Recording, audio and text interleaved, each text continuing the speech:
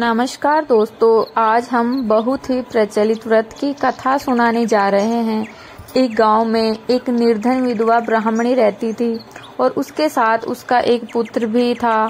भरण पोषण के लिए दोनों प्रतिदिन भीख मांगा करते और जो भी मिलता उससे अपनी भूख शांत करते थे। ब्राह्मणी कई वर्षों से प्रदोष व्रत का पालन करती थी। एक बार ब्राह्मणी का पुत्र त्रयोदशी तिथि पर गंगा स्नान के लिए निकला। गंगा स्नान कर जब वह अपने घर के लिए और आ रहा था तो रास्ते में उसका सामना लुटेरों से हुआ और लुटेरों ने उसका सारा सामान छीन लिया और वहां से फरार हो गए। कुछ समय बाद वहां राज्य के कुछ सैनिक आ पहुंचे और उन्होंने ब्राह्मणी के पुत्र को लुटेरों में से एक समझकर साथ राजा के महल ले गए, वहां प्रस्तुत कर दिया।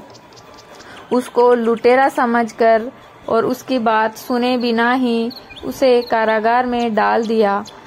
रात्रि में राजा के स्वप्न में भगवान शिव आए और ब्राह्मणी के पुत्र को मुक्त करने का आदेश देकर अंतर्ध्यान हो गए।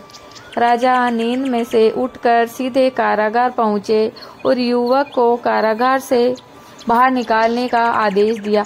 राजा युवक को साथ लेकर महल पहुंचे, जहां राजा ने उस युवक को सम्मान किया और दान में कुछ मांगने के लिए कहा और युवक ने दान में एक मुट्ठी धान मांगा। राजा उसकी इस बात सुनकर बहुत ही हैरान हुए। राजा ने युवक से प्रश्न किया कि सिर्फ एक मुट्ठी धान से तुम्हारा क्या होगा? तुम और कुछ भी मांग सकते हो। ऐसा अवसर किसी को बार बार नहीं मिलता। युवक ने बहुत ही विनम्रता से कहा, हे राजन, इस समय ये धान मेरे लिए संसार का अनमोल धन है। मैं इसे अपनी माता को दूंगा, जिससे वह खीर बनाकर भगवान शिव को भोग लगाएगी।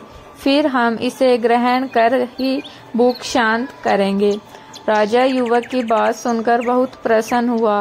राजा ने सैनिकों को आदेश दिया कि ब्राह्मणी को सम्मान के साथ में दरबार में लाया जाए। मंत्री ब्राह्मणी को लेकर दरबार में आए और उन्होंने सारी बातें ब्राह्मणी को बताई और उनके पुत्र की प्रशंसा करते हुए अपना सलाहकार नियुक्त किया। निर्धन ब्राह्मणी और उसके बेटे का जीवन बदल गया। तो ये थी प्रदोष व्रत की कहानी। अगर आपको और भी